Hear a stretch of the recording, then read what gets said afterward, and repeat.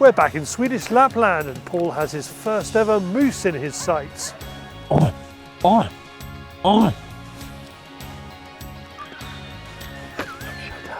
We had the National Trust vote on trail hunting last weekend.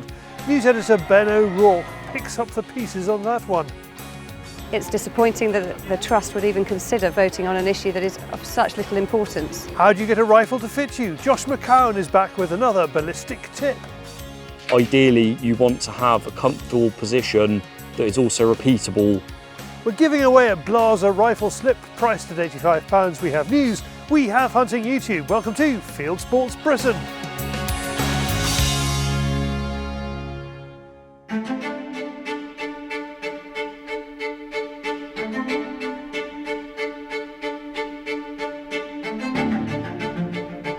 Swedish Lapland is famous for its moose and its moose hunting, but it's all at a local level. Moose equals meat in the freezer, and if it's not moose, it's reindeer. Now the region wants to open its forests to international hunters. Why? Well, conservation. Hunting stops trees being turned into timber.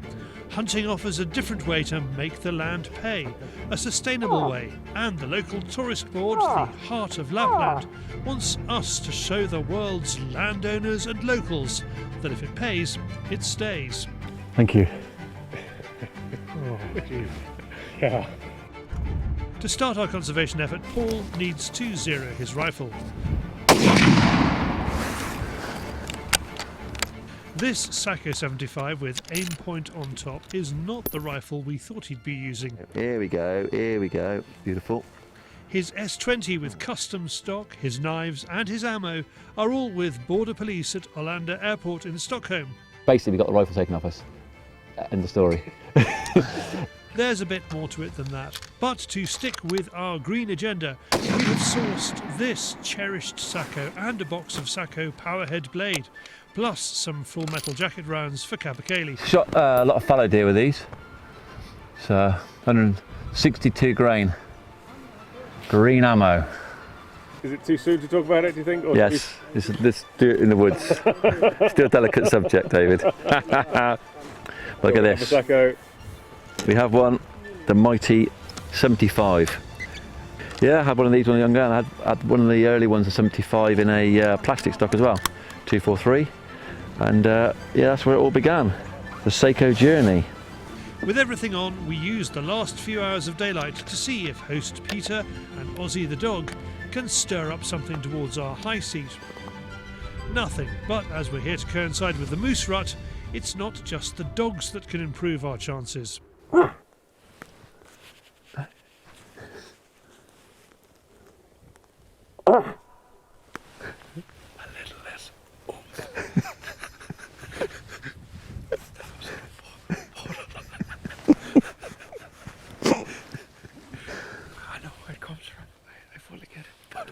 Maybe I need to do some more practice in the back in the light.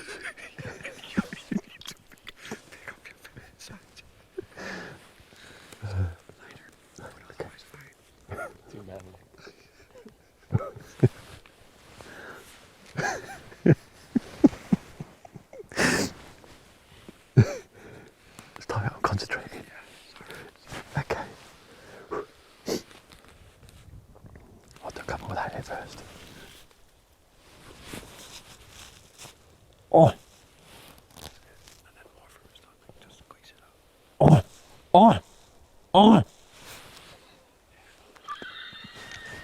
Shut up.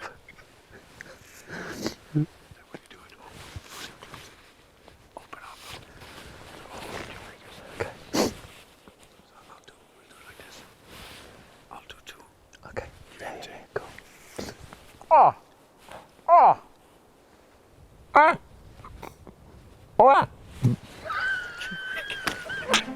I'll sit back down. Work in progress. We leave our simple but cosy forest camp and head just a few miles down a forestry track to let Doris do her thing. An app on Peter's phone tracks her every move. She hunts in a different way to Ozzy. Neither are pure breeds. Peter has been selective. You've got two very different looking dogs there. Yeah, so Doris she's a mixed breed. She's Laika, she's Jämthund, the Swedish moose dog. She has Hälleforsare and black moose dog in her. Okay. Yeah, and Aussie is also a mixed breed. It's a bloodhound or bloodhound, 50%, and 50% is Jämthund. So he works also with the tracks, not only with the wind as a normal moose dog does. So in different circumstances you can choose which one you want to work with. Okay. So he's got American bloodhound in him. Exactly, in him. So you can see the colors on the back. It's a little bit like a ridgeback in the colors. Yeah. Yeah, but a powerful dog. So is he a dog that's commonly used here, or are you sort of quite unique? Absolutely not. In that case, I'm quite unique in that case that I use one of those. He has the most barking per minute I ever heard. He can be over 120 barks per minute. And Doris more, she barks between 70 and 90 normally. So it's a difference also there.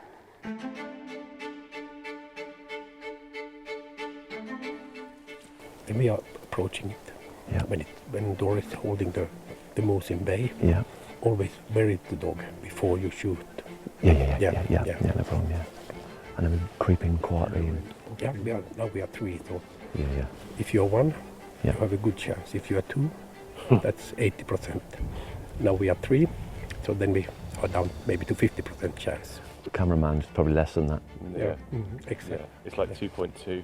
Yeah, but you know what I mean. Yeah. We are So when we're approaching them, we're really quiet. Quiet, and like always, the movement inside is the worst. Right. Always, when you move, you see. Right behind, so basically right behind you. Yeah, That's on the exactly. approach, yeah. So we are on a line there. Yeah, okay.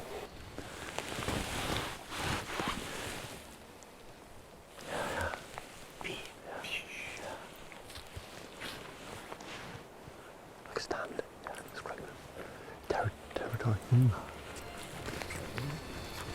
Doris looks to have been on a moose, but for a number of possible reasons, she's pulled off it. Her second foray is more productive. Peter's app shows she is standing and barking. The barking is the important bit. She's now running at 90, so 1.5 barks per second. Nice, isn't it? We make our move. We need to be incredibly careful not to spook our moose. Sensitive part there. Yeah. So we need to figure out a good way to go there. Yeah. So we don't be exposed. On that? Exposed. Open. Yeah. Yeah.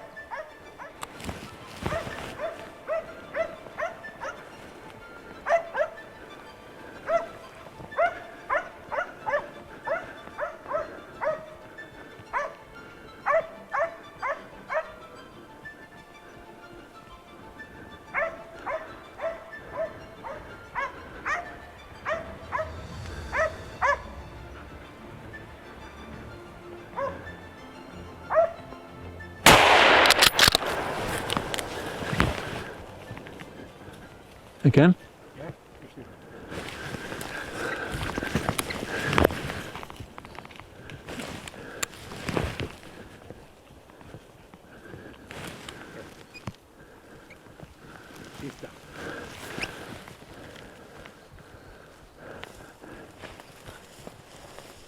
Thank you. Oh, jeez. Yeah. Tell me about it. I wanted to make sure. Yeah.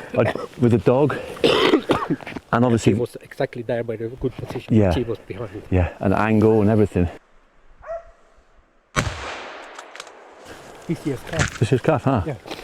That was intense. Intense moments. You know, that was my last chance, and she'd have gone. Yeah. Yeah. That's why she's on Stop there. she's a slight angle, and it's like still going.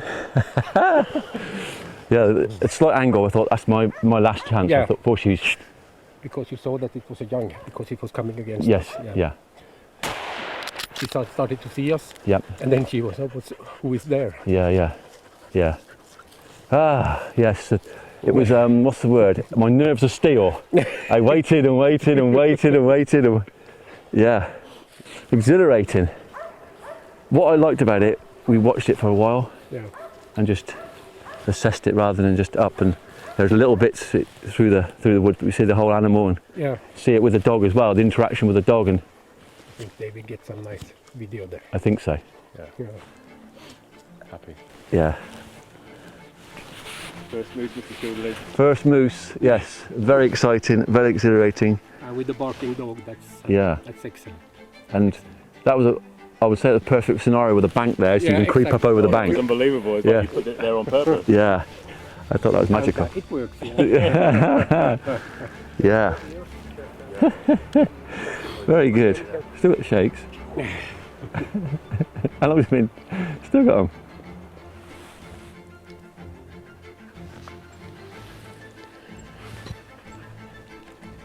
Thank you. Thank you. Thank you very much, Peter. That's fantastic. Do you put it on the nose because to represent is the moose? Yeah.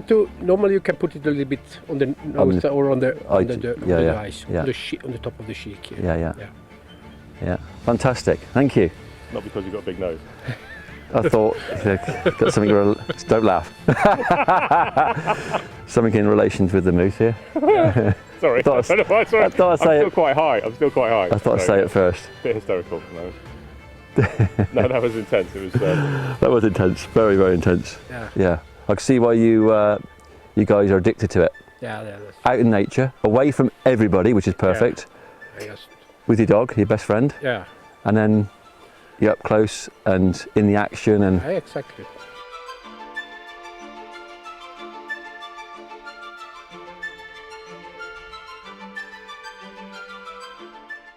We leave the moose guarded by Doris. She will keep the ravens and other scavengers off the carcass. You see this moss?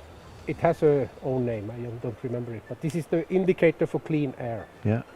This is the first thing that disappears if you have air pollution. Because it's breathing from the air. You can see it all over there. Yeah. Quite good for lighting fires as well, is it? Yeah, it's a super dry. Yeah. Oh yeah. It will just start to burn in a second or two. Yeah. Good bushcraft. Put that in there for later. I don't know what you're on about, David. It takes us about 30 minutes to return to our cabin on foot. Paul gives us a quick tour of the facilities. Behind me is the woodshed. Most important thing, woodshed, perfect. Then we got the main cabin just behind you, which has got 2 bedrooms in. Dog kennels, very important latrine. Sauna. And like a wash basin hand area. Then we've got our cabin around the corner there, and a teepee with an outdoor eating area. No people, no electric, no water apart from the river. Heaven. Now is when the work starts. But these guys have all the gear to ensure this moose ends up in the food chain as efficiently as possible. Can we turn open him and put the heart and the Inside, yeah? liver I'll grab that. Lars and Paul sift through the gralloch to try and find the bullet. Here, like at home, there's a lot of debate about non-lead alternative rounds.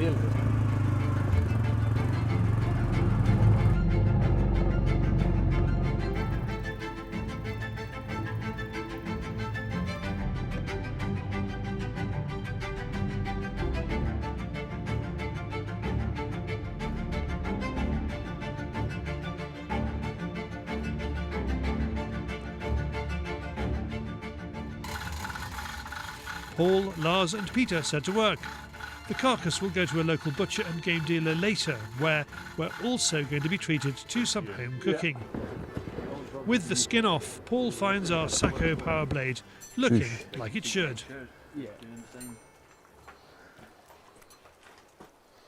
Oh, perfect. Very, very nice. One piece off. Yeah. That's superb. Look at that for a mushroom. Wow.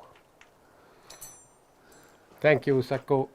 Yes, good job done. Good job done. Blade ammo. And that went through the front shoulder as well, so, you know, that didn't lose no energy, went on through the body, through the heart, lungs, and just under the skin on the opposite flank, so very good job. What do you reckon, guys? You see many moose being shot? Yeah, but that's an excellent bullet. Yeah. The mushrooming there, absolutely perfect. Yeah. So, I mean, out of 10. 10 out of 10? 10 out of 10. Yeah, so I like that one. That was lucky, yeah. So, yeah, thumbs up. Thumbs up from the professionals. So, little momentum as well to take. Yeah. Paul's first moose will, hopes the tourist board, be the first of many shot by international clients in Swedish Lapland. Hunting preserves ecosystems across the world, and here it has the potential to save trees, which is just what people want to hear these days. If you want to find out more about hunting opportunities in Swedish Lapland, go to heartoflapland.com. For more information about Sako rifles and rounds, go to sako.fi. Thank you, Paul, Sako and Heart of Lapland. And Paul got his kit back in the end. We often associate anti-hunting with the left wing of politics. Sweden is run by the Social Democrats, and it's still able to promote hunting tourism. Now, our very own riddle wrapped up in a mystery inside an enigma. It is David on the Fieldsports channel News Stump.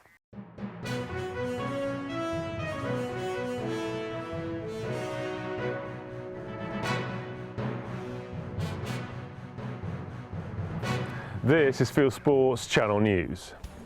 Wild Justice's attacks on pest control are now hitting home in Wales. The Welsh Government is reviewing pigeon and corvid control as part of a consultation into the general licences. Natural Resources Wales has issued a consultation document and you can take part. Among measures it's considering is taking magpie off the general licences because it says there has been a short-term decline in the bird's numbers in Wales. There's a link in the description below. In the last week, hunts all over the UK have been holding their opening meets. This footage shows the corn. Meanwhile, National Trust members voted to ban trail hunting on National Trust land at a fractious annual general meeting. It's a result the National Trust board failed to get when it held the vote in 2017. The board will decide how to implement it. According to the Daily Telegraph, the National Trust has lost thousands of volunteers in recent months because of what was quoted to the AGM as the board and management's arrogance and abuse. We have a full report on the trail hunting vote later in the show. There's another consultation underway on the future of fox hunting in Scotland.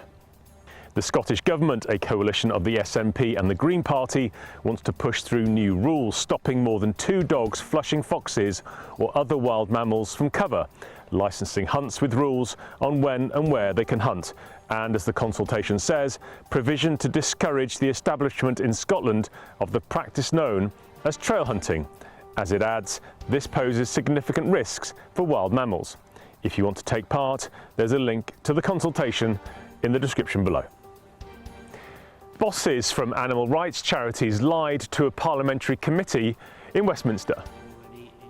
Representatives from the Born Free Foundation and the Humane Society International UK gave evidence to the EFRA committee about trophy hunting. The committee is finding out whether a ban on trophy imports is the best way to address biodiversity loss and support conservation. Jens Ulrich Hoeg from the Nordic Safari Club identifies their fibs in a special report we've put out alongside Fieldsports Britain. If there was such a lot of alternatives that actually worked better than hunting tourism, why is it that hunting tourism is in fact funding way more natural habitat than other types of ecotourism like photographic tourism? Why haven't they changed? Devon and Cornwall Constabulary is rescinding shotgun and firearms certificates without reason. We reported how a shooter had his guns removed and 8 weeks later has still not been told why. Now a report in the Sunday Express says that following the Plymouth shootings, police in Devon and Cornwall have seized thousands of legally held shotguns. Another report in the Daily Telegraph says that this is an exaggeration and that the Devon and Cornwall police has revoked 8 gun licences. Basque says it will challenge police forces through the courts if they revoke firearm certificates without justification. Here's our shooter again. I would like somebody in that department to say why they've actually taken my rifles, because I have no idea. A father and son have been spared jail for keeping banned weapons at their home. Crispin and Philip Richards from Essex were handed suspended prison sentences at Ipswich Crown Court for possessing prohibited weapons without authority. Crispin Richards was a registered firearms dealer and his son was a servant of his RFD. The court heard both men also held firearms and shotgun certificates. During a routine inspection, police found a rusty 12-bore shotgun made in 1887 and lacking a firing pin, but with a barrel 15 millimetres shorter than the length permitted by law, plus in a wardrobe parts of a prohibited self-loading rifle, which would have required further components to enable it to be fired. That was enough for Judge Martin Levitt to hand the pair 24 months custody, suspended for 2 years, with 250 hours unpaid work, while Crispin Richards was also fined £5,000. The RSPB has put out its annual bird crime report. The spurious document, which claims to show the scale of raptor persecution by gamekeepers, received wide and unquestioning coverage in the media. For its evidence, the RSPB claims that satellite-tracked birds which die on keepered shoots must have been killed by gamekeepers. The bird charity ignores its own figures that 3/4 of raptors die naturally in their first year, and that most raptors live on shoots, especially grouse moors, because that's where the food is.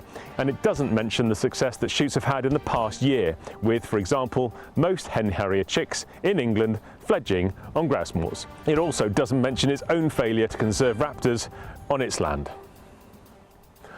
Online gun listing service guntrader.uk is in trouble again. In a post on Facebook, it says that a new company, Gun Trader Media Limited, has taken over operation of the website from Gun Trader UK Limited, so that it doesn't have to face legal action over the leak earlier in the summer of more than 100,000 names, addresses and emails of its users. It initially blamed the compensation culture of the UK for the move, but later took down that post and replaced it with a more legal sounding statement. Argyllshire is to become a rainforest.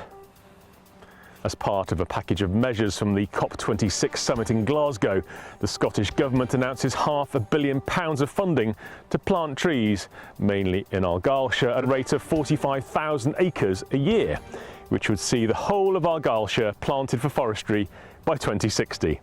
This is a move up from the current target of 30,000 acres a year. In recent years, new landowners from all over the world have been attracted to Scotland thanks to a combination of grants and tax breaks for planting trees. Bird flu has been confirmed in poultry and wild birds in Wales. The Chief Veterinary Officer for Wales confirmed the presence of the H5N1 strain at a poultry premises in Wrexham County. The Welsh Government said temporary control zones had been immediately imposed around the site. A veterinary investigation is underway. Dead wild birds found in the area have tested positive for the virus and are believed to be the source. This is the first confirmation of the disease in Wales since it was discovered among pheasants on Anglesey in January. There's praise for Cheshire Police, who attended a call to stop goose shooting.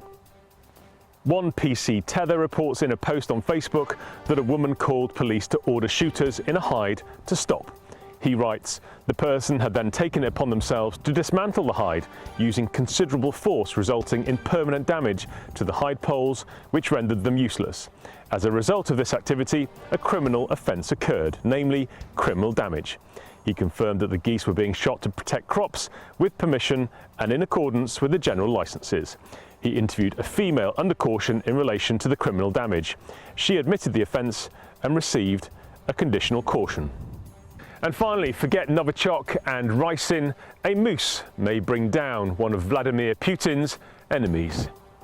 An MP with Russia's opposition Communist Party is under investigation for allegedly hunting without a licence after police found the dismembered remains of an elk in the boot of his car. Valery Rashkin was stopped by police while driving in Russia's Saratov region with the elk carcass in his trunk. He claims he and a travel companion found the elk. They didn't shoot it. They plan to report the animal's death to police, and that the police action against him is political provocation.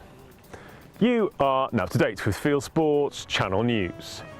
Stalking the stories, fishing for facts.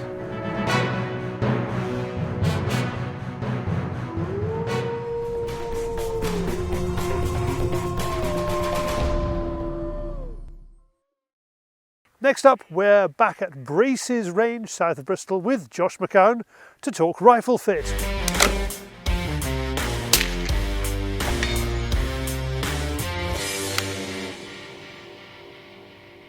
Having a comfortable fit between yourself and your rifle is very similar to having a comfortable fit between yourself and your shotgun. You want the firearm to come up to bear quickly and effectively, especially if you're using the rifle for stalking or any kind of gamekeeping. In a target shooting sense, it will also help improve your accuracy and how comfortable the gun is to shoot from multiple positions. This is a Blaser R8 Ultimate Carbon in 308 with a Blaser 4-20 scope on top on their saddle quick detach mounts. Ideally, you want to have a comfortable position that is also repeatable to make sure that you get a full and clear sight picture. So that is the first place I would start, is make sure that the sight is at the right position along the action of the rifle. We also need to take into consideration, is there going to be lens caps on the rifle? Is the bolt going to catch them? But generally speaking, if you can get a good cheek weld onto the rifle and you get a full and clear, crisp sight picture, that's the start of a good fit between the gun and the customer. On the higher caliber rifles, is the scope going to be too close to the customer's eye socket? And obviously, as the rifle fires and recoils, you may find that they will experience what's known as scope bite, which is where the mouth of the objective lens, the eyepiece here, will actually make contact with the eye socket, which is not a nice position to be in while shooting anything, be it stalking or target shooting. Certain rifles have an adjustable comb height, which allows you to tailor this to the customer. If the rifle doesn't come with one as standard, there are some options afterwards, be it you can pad the rifle, but I would always recommend try and find a gun with a comb height that is high enough so that you can almost sight just about level with the top of the barrel, and this will basically give you a nice clear sight picture when your glass is mounted up on top. The length of pull for me, just inside the crock of my elbow there, allows me to put my finger very firmly and very comfortably onto the blade of the trigger.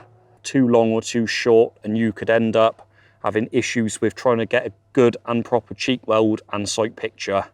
In this case, the rifle does fit me quite well and I have no issue in keeping a sight picture and manipulating the bolt at the same time. So the main points that we would try to stress when anybody is coming in to see us to get a rifle or need help fitting a scope to a rifle would obviously be firm and solid cheek weld, proper eye relief, giving you a crisp sight picture. Make sure that the stock's length of pull is correct and comfortable, and make sure that the customer can get a good purchase on the trigger and manipulate the action of the rifle fully and successfully every time, and also that the rifle will come up to bear and give you that nice crisp sight picture every time you shoulder it. And if there is ever a time when you need any help or advice with this, be it with air rifles or live fire, we are always here to help.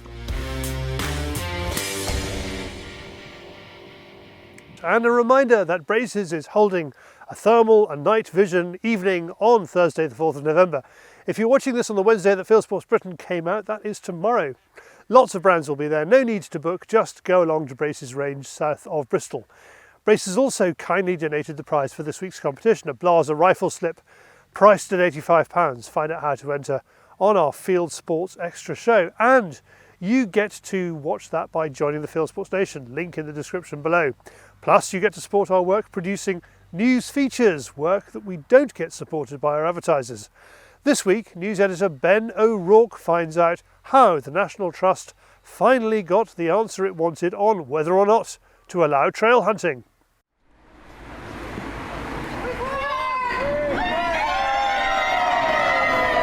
A handful of anti-hunting activists turned up for the National Trust AGM in Harrogate, where members voted to ban trail hunting on the charity's land. The vote comes weeks after a court decided Mark Hankinson was guilty of encouraging or assisting others to commit offences under the Hunting Act and fined after comments he made in a leaked webinar in 2020. The judge himself said that trail hunting was actually a mirage, a cover for old-fashioned, and that was his words that he used as old-fashioned illegal fox hunting. So I think from our point of view, the one is the same as the other, so it really shouldn't be happening on National Trust land, and that's what we've been asking the National Trust membership to vote for. Despite Lax's grand effort to sway public opinion and the National Trust vote, the result clearly shows that the public doesn't care about trail hunting. Approximately 2% of the National Trust members decided to even vote on this issue, so it's really not a matter of concern to the 6 million members. I mean, it's just 2%, it's not a mandate for change for the Trust. The turnout was poor, considering Lax spent thousands putting ads in the Women's Institute magazine and elsewhere encouraging people to vote. Even Chris Packham tweeted his support, hoping to get National Trust members following him to vote for the ban. The National Trust held a similar vote in 2017 when members passed the same non-binding ban with less support. I think in terms of the vote, we increased our vote quite considerably from last time by 8,000 votes, but we're quite a small-knit community, and it's disappointing that the Trust would even consider voting on an issue that is of such little importance to their members. 6 million members, that's quite a large cross-section of the country, and it goes against all the figures that anyone says that, however many percent of the country are against hunting. Simply not true. The fact the vote was even held is seen as the latest phase of wokeness by the Trust, which has seen membership fall off and volunteers resign because of its obsession with trying to be politically correct. The Trust's original aim was to preserve our historical and natural places, but increasingly it's been accused of bending a knee to political groups and writing its own version of UK history, putting the personal lives of influential people above the contributions they made to society. The board of the National Trust must now make a decision whether to ban or continue with a system of licences for trail hunts on its land. The Alliance says only a few hunts will be affected by a ban, and as the vote shows, few people care. Now from harmless fun in the British countryside to angling adventures in India.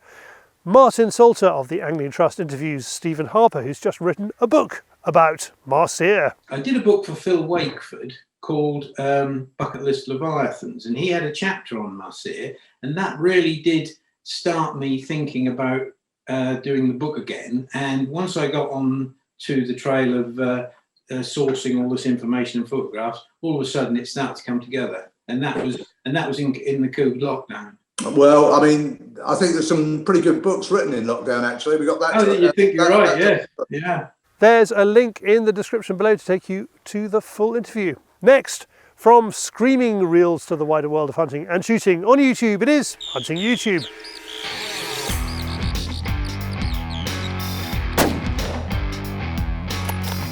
This is Hunting YouTube, which aims to show the best hunting and shooting videos that YouTube has to offer. This is Rabbit Shooting and Retrieving, with my spaniels hunting and trialling in New Zealand, who is hunting a small orchard with his dogs Owen and Archie. Back in the UK, Lank's Vermin Control is out after grey squirrels. He has his Air Arms S510 Ultimate Sporter and he's watching a feeder. Rural Chikachin is more about farming than hunting. He puts out 90-minute podcasts, and this one is with me, R2cast number 21 on hunting, antis and the Olympics.